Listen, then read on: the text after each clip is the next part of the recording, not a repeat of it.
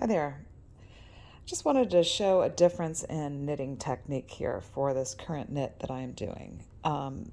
What I'm doing here is a double knit where the pattern is a knit one and then you slip one with yarn in front and then you knit one and you slip one with yarn in front, and it effectively what it does is it gives you a double thick layer of your fabric, and it's stockinette showing on one side and stockinette on the other side. So unlike the inside of the sweater, this is clearly the reverse stockinette, and you can see that's uh, the side that you typically see stockinette and reverse stockinette. This collar has a double knitting technique where you get stockinette on both sides, and that's with double knitting. Now, because you have twice as many stitches and you're knitting one and then slipping one, it takes quite a while. So, and being a thrower or an English style knitter like me, you would knit one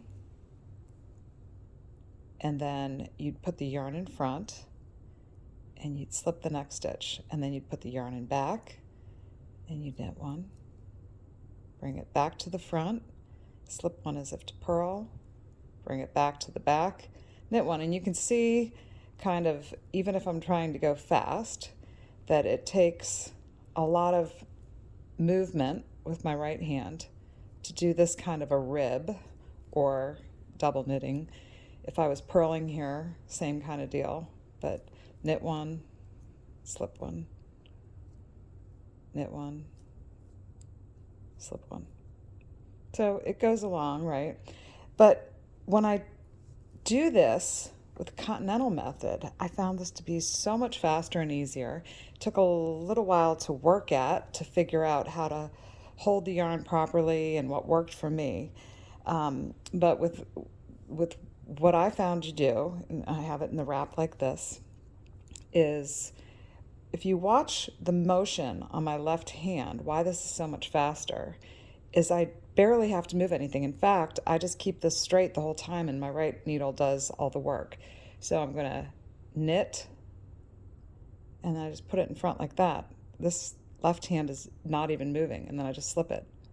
Goes back to the back and I knit and then slip and then knit and then slip. And you see how fast that goes?